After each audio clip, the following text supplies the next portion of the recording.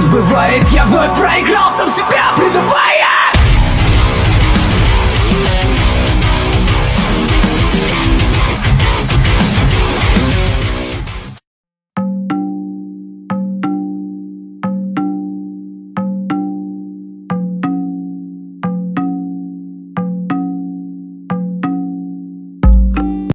Assalamualaikum warahmatullahi wabarakatuh. Halo para lovers and haters, dimanapun Anda berada, baik yang ada di alam nyata maupun alam gaib, apa kabarnya? Salam cerdas bersupranatural. Berjumpa kembali dengan Mbah Wira, guru besar Padepokan Sengkelat, rajanya Asimat. Teman-teman semua, hari ini Kamis 30 Maret 2023 jam 6 pagi kita ada terawangan dari klan nomor 0818. Ya, Mbah Wira ulangi, terawangan dari klan nomor 0818. Untuk terawangan badan kali ini sudah masuk sejak hari Selasa. Ya, hari Selasa itu 2 hari yang lalu. Namun di hari Selasa itu kondisi terawangan sedang memburuk. Kemudian Mbah Wira tunggu ya sampai Rabu. Hari Rabu kemarin membaik. Mbah Wira melakukan terawangan untuk benda-benda yang kecil-kecil. Yang badan itu kan terawangan besar ya. Maka Mbah Wira tunda sampai hari ini, hari Kamis pagi. Ya, karena kalau pagi itu kan kondisi badan masih fit, masih segar, masih fresh kayak gitu. Baik, langsung saja untuk terawangan nomor 0818. Untuk terawangan badan akan kita bagi menjadi 4 bab. Yang pertama kita bicara energi dulu. Energi seseorang secara garis besar dapat dibagi menjadi 3. Yang pertama yaitu orang-orang dengan energi yang rendah. Siapa itu? Yaitu mereka yang sedang sakit baik medis maupun non medis. Di sini untuk klien nomor 0818 Mbah Wira tidak menemukan adanya jejak-jejak energi yang aneh, serangan-serangan energi yang aneh, serangan-serangan jin negatif yang aneh.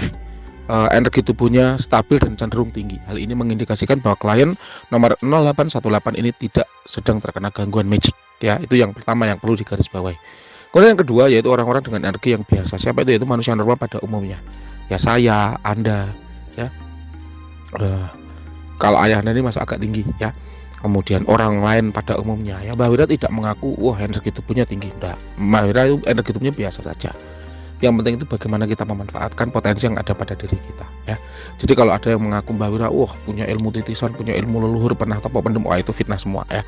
Mbah Wira nggak pernah bilang kalau Mbah Wira ngelmu yang aneh-aneh, enggak.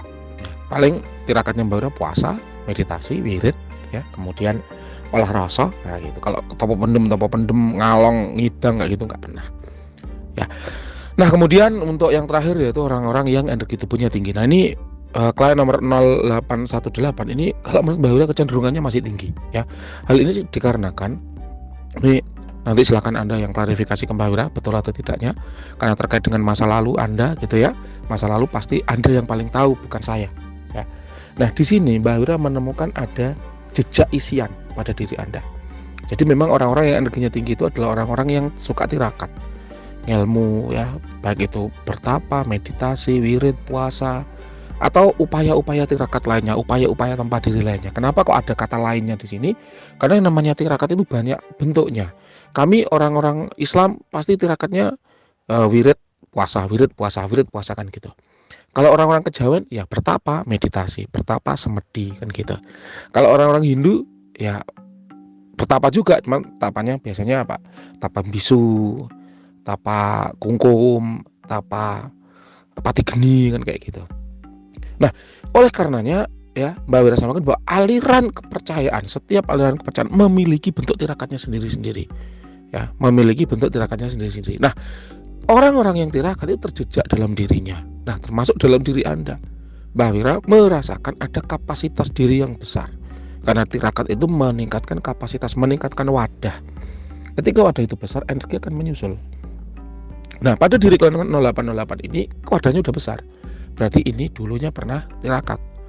Meskipun sekarang di usia tua sudah tidak sekencang dulu lagi tirakatnya, tapi wadah yang besar ini tidak bisa ditipu. Oleh karenanya Mbah Wira sampaikan pada saat masih muda dulu orang ini sering tirakat. Karena Mbah Wira merasakan ada wadah yang besar pada dirinya. Itu yang pertama. Yang kedua, orang-orang yang energinya tinggi adalah orang-orang yang memiliki kodam di dalam badannya. Entah itu kodam leluhur, kodam pengisian, kodam keilmuan. Nah, pada klien 0818 ini Mbah Wira juga merasakan ada jejak pernah diisi. Ya. Kalau orang-orang zaman dulu itu biasanya lebih cenderung ke proteksi, wasilah keselamatan dan jaga diri supaya selamat di tempat kerja, misalnya merantau gitu ya, supaya selamat di tempat kerja. Dan pengasihan. Gunanya untuk apa pengasihan ini? Disayang atasan, disayang teman, disayang lawan jenis. Ya. Biasanya dua itu adalah apa namanya, jenis-jenis tipe ya tuah yang dikejar oleh orang-orang zaman dulu, karena memang penting banget fungsinya.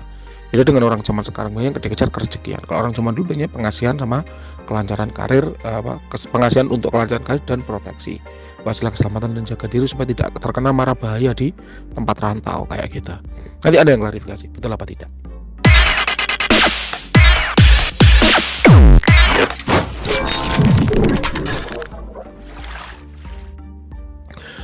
Nah, klien nomor 0818 ini Mbak Wira merasakan ada potensi atau kapasitas diri yang besar. Nah, ini kalau diskalakan dari 1 sampai 100, bisa rendah itu di bawah 60, yang sedang itu antara 60 sampai 80. Nah, yang tinggi itu di atas 80, ini masih 82. Jadi memang masih tinggi. Nah, dan ya tidak mungkin ya kalau orang tua itu akan kembali ke potensi masa mudanya. Jadi ya 82 itu udah maksimal ya. Ini angka kira-kira karena tidak ada alat ukur yang bisa digunakan untuk mengukur potensi dan kapasitas diri seorang. Jadi ya hanya kira-kira menurut persepsi saya demikian. Kalau ada praktisi lain yang mengatakan angka yang berbeda, ya itu wajar karena ya tidak ada alat ukurnya. Beda dengan panjang atau tinggi ya. Panjangnya berapa meter? 1 meter, 2 meter, 1,3 meter, 1,396 meter. Nah, itu bisa karena kan ada alat ukurnya. Nah, ini kalau kapasitas diri ya dikira-kira saja gitu ya. Yang kedua yaitu kita bicara aura. Aura adalah manifestasi dari energi. Jadi ketika kita ingin melihat energi, maka yang kita lihat adalah warnanya, auranya. Aura adalah vibrasi dari energi. Jadi kalau Anda ingin melihat energi, lihat vibrasinya. Karena ketika energi itu bervibrasi, dia membentuk warna. Nah, warna inilah yang kemudian kita sebut dengan aura. Jadi manifestasi atau hal yang bisa dilihat dari energi itu adalah warnanya gitu. Nah, aura dari klien nomor 0818 ini menurut Mbak Wira adalah merah biru. Merah adalah aura kewibawaan yang bagus. Ya, sedangkan biru adalah aura pengasihan yang bagus. Anda merupakan orang dengan aura kewibawaan dan pengasihan yang seimbang. Kewibawaan aura merah itu karena dasar keilmuan yang tadi dipelajari semasa masih muda. Jadi aura merah itu melambangkan proteksi. Namun kalau pada aura, pada manifestasinya dia akan membuat orang lain itu segan. Ya, aura merah kewibawaan. Kemudian biru adalah aura pengasihan.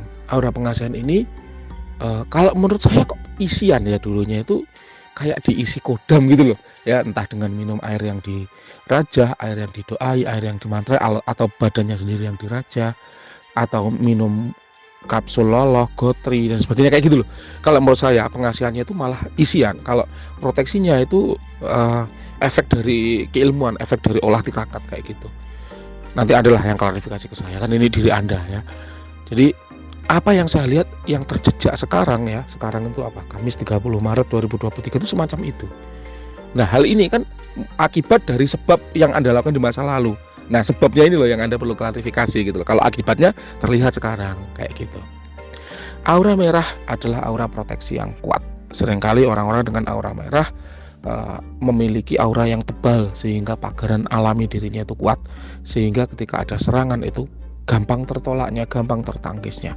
Karena memang itu adalah privilege atau kelebihan dari orang-orang dengan aura merah, aura kewibawaan yang tinggi. Bersyukur apabila Anda mengimbangi aura merah itu dengan aura biru, dengan aura pengasihan. Kenapa? Karena kalau hanya merah saja rata-rata akan menjadi ditakuti oleh orang lain. Kelihatan seram kayak gitu ya. Nah, kemudian yang terakhir untuk cakra-cakra di tubuh sebetulnya enggak banyak ya cakra yang terbuka aktif.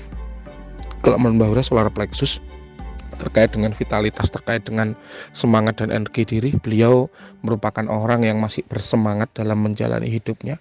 Kemudian cakra jantung, cakra yang berhubungan dengan kepekaan batin. Hal ini dipengaruhi oleh usia. Jadi usia yang sudah matang kemudian membuat wawasan yang tinggi, membuat beliau memiliki kepekaan batin yang tajam. Kemudian cakra tenggorokan itu membuat apa yang beliau bicarakan itu disegani dan dihormati oleh orang lain kayak gitu. Kemudian terakhir untuk kodam badan, ini adalah tema utama yang Anda tanyakan ke saya. Saya sangat berhati-hati menjawab kodam badan karena kodam badan ini seringkali disalahkan oleh klien yang merasa.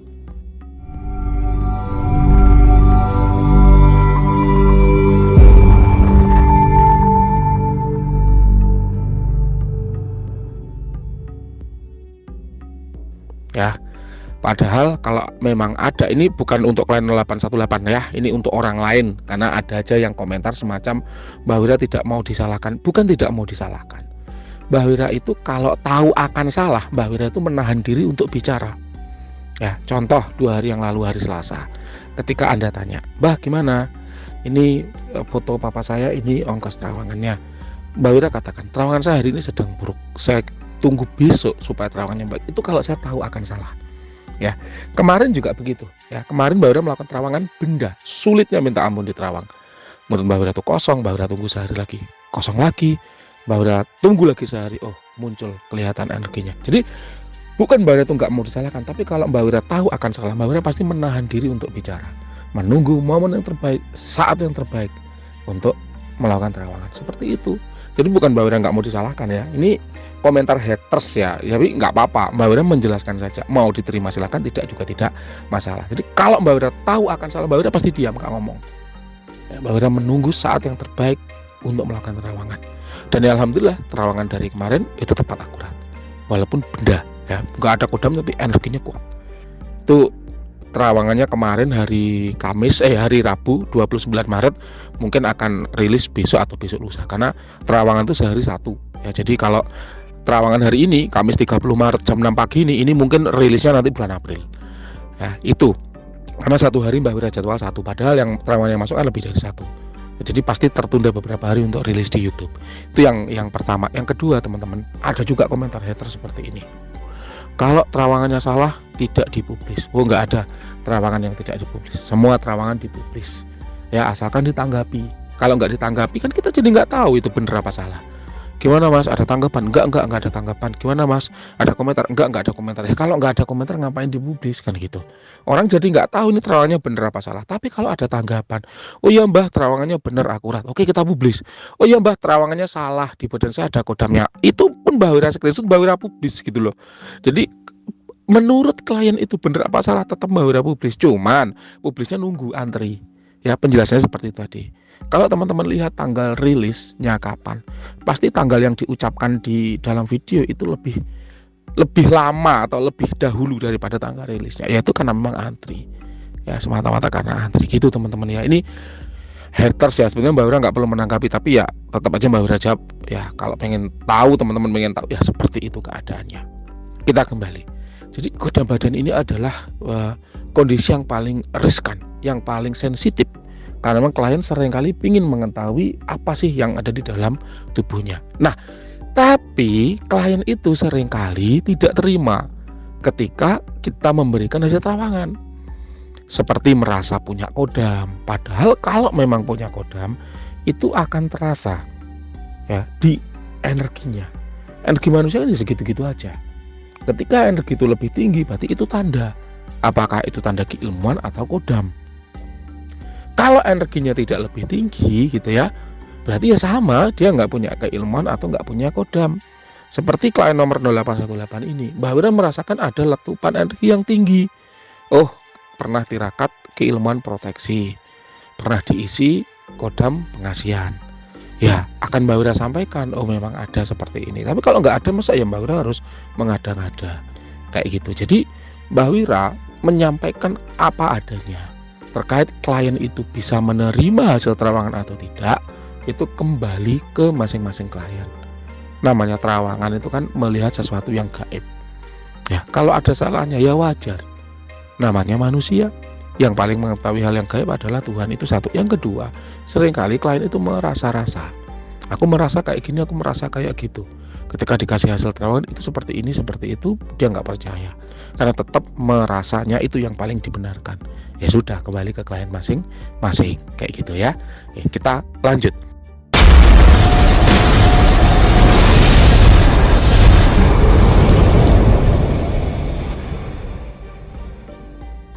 Untuk klien 0818, terawangan badan ya, kodam badan beliau ya akan kita kelompokkan menjadi 4 macam. Yang pertama yaitu kodam leluhur. Siapa kodam leluhur ini? Yaitu kodam yang dulunya mengikuti leluhur Anda. Setelah leluhur Anda meninggal, dia mengikuti anak cucu yang memiliki energi dan aura yang mirip dengan si leluhur ini tadi. Jadi kodam leluhur itu memilih anak cucunya yang mirip energi dan auranya. Ya. Kalau nggak mirip ya nggak dipilih. Misalnya saya punya 4 anak. 4 anak saya menghasilkan 16 cucu. Misalnya, saya punya kodam 2. Ya dari 16 yang dipilih hanya 2 orang. Ya, yang 14 lainnya yang nggak dipilih. Ini yang kadang orang itu kemudian salah tafsir. Mereka menganggap kalau leluhurnya sakti ya dia pasti punya kodam keilmuan, pasti punya kodam leluhur, pasti punya ilmu titisan. Padahal tidak. Kalau nggak mirip ya nggak dipilih. Gitu loh ya. Saya punya 16 cucu. Ya, 16 cucu saya menghasilkan 32 cicit. Saya punya kodam ada 20. Nah, 16 menghasilkan 32, kodam saya cuma 20. Bisa saja 20 ini ngumpul di satu anak, di satu cicit. Bisa juga 20 ini ngumpul di 2 cicit. Bisa jadi saat kebagian satu-satu rata. Tapi kan tetap dari 32, Mbak Wira hanya punya 20 stoknya. Berarti kan yang 12 tidak kebagian. Nah, kayak gitu itu bisa terjadi gitu loh. Ini hitung-hitungan sederhana saja. Nah gitu ya. Jadi kodam leluhur itu semacam itu. Nah untuk klan 0818, kalau menurut Mbak Wira nggak ada kodam leluhurnya. Ya menurut Mbak Wira tidak ada kodam leluhurnya. Mbak, katanya praktisi A kok ini ada kodam leluhurnya. Silahkan tanyakan ke si praktisi A. Ya kalau menurut Mbak Wira nggak ada. Jadi Anda tinggal mau pakai omongannya siapa. Pakai omongan Mbak Wira silahkan. Enggak juga nggak masalah. Pakai aja omongan dari praktisi lain yang mengatakan ada kodam leluhurnya. Cuman bagi Mbak Wira, ada atau tidak kodam leluhur, ada atau tidak kodam badan, itu yang penting adalah kemanfaatannya. Ya, banyak orang bertanya, Mbah saya punya kodam leluhur ini itu, punya kodam leluhur macan dan lain sebagainya. Oh ya Mas, lalu gimana ya cara mengaksesnya? Loh, ya ke Anda mengatakan punya kodam leluhur tapi kok masih bertanya cara mengaksesnya? Ya karena saya belum pernah mengaksesnya Mbah. Loh, punya kodam leluhur kok belum pernah mengakses itu gimana caranya? Dari mana Anda tahu? Kalau Anda punya kodam leluhur, katanya dukun A. Atau kalau gitu saya pernah ketemu dalam mimpi. Loh pas ketemu dalam mimpi kok nggak ditanyakan sekalian gimana cara menggunakannya? Saya nggak bisa Mbah bertanya seperti itu. Ya berarti itu bukan kodam leluhur. Kalau itu memang kodam leluhur, seringkali menjumpai juga di alam nyata, bukan hanya di alam mimpi. Ya, ketika Anda dijumpai di alam nyata, Anda bisa bertanya dengan sadar, gimana cara menggunakanmu? Apa manfaat yang kamu tawarkan kepadaku? Dan uniknya lagi kalau memang itu benar adalah kodam leluhur, dia bisa disentuh. Dia bisa diajak salaman dan ketika kita bersalaman dengan kodam tersebut rasanya seperti menyentuh kulit manusia. Kalau dia nggak bisa disentuh berarti itu adalah jin liar yang ngaku-ngaku sebagai kodam leluhur. Ini ilmu.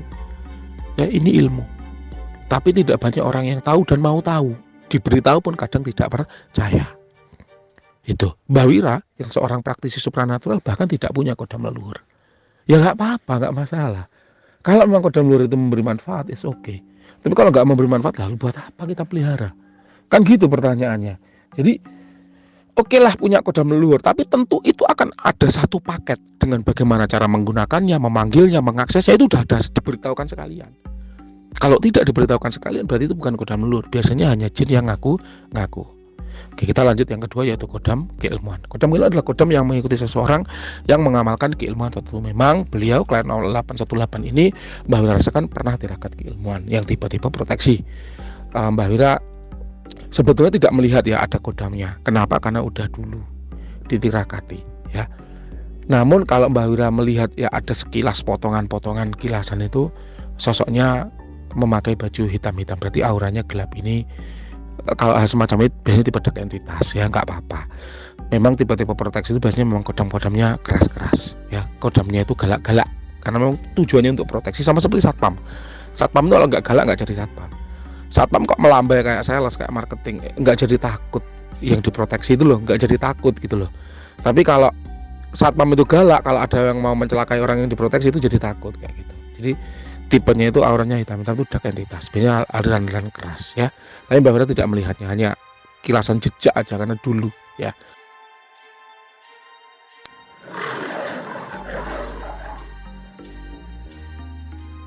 Yang ketiga itu kodam pengisian ke badan, sama seperti kodam keilmuan. Kodam pengisian ini pun hanya berjejak saja.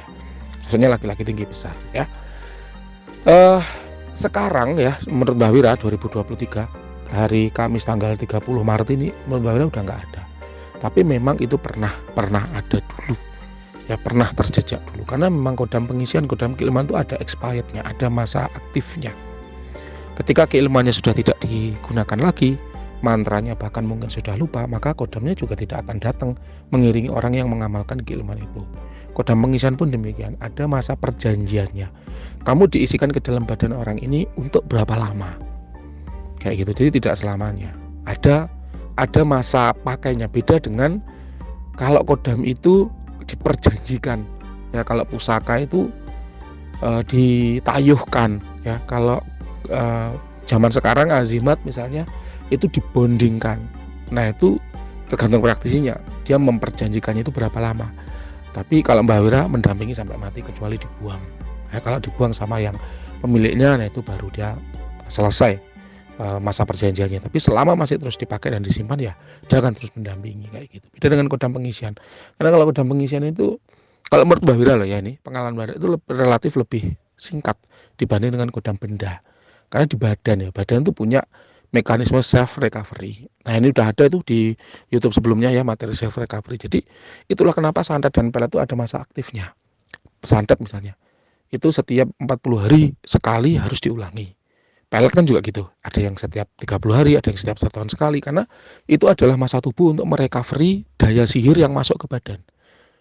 Semakin kuat daya sihirnya, itu semakin lama recovery-nya. Kalau yang sebulan ya berarti itu levelnya ringan, mungkin level 6 misalnya ya, level 6. Sehingga tubuh hanya butuh sebulan untuk merecovery-nya. Begitu sudah sebulan, efek peletnya hilang.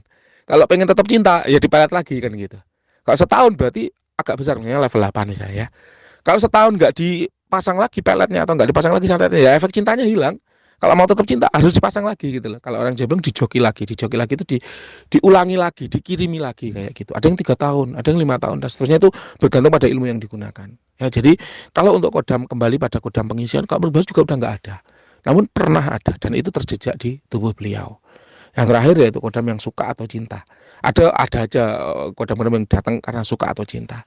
Ya, dan itu sudah dijelaskan juga oleh beberapa ulama ya, Ustadz Faizar contohnya, bahwa memang jin itu punya nafsu ketika melihat manusia, bisa cinta, bisa suka.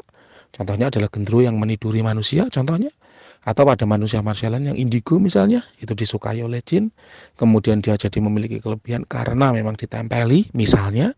Atau pada kasus-kasus lain, Mbak Wira pernah menjumpai secara nyata satu kali, itu ada wanita anak SMA yang dicintai oleh jin laki-laki. Ya, dia jadi susah jodoh, tapi secara dampak positifnya dia jadi mudah dalam hal harta dan tahta. Tapi kalau untuk pengasihan untuk pasangan jadi sulit kayak gitu. Nah, ini tidak ada pada diri ke 0818. Demikian yang bisa Mbak Wira sampaikan. Silahkan kalau ada yang kurang jelas boleh ditanyakan. Terima kasih. Selamat pagi.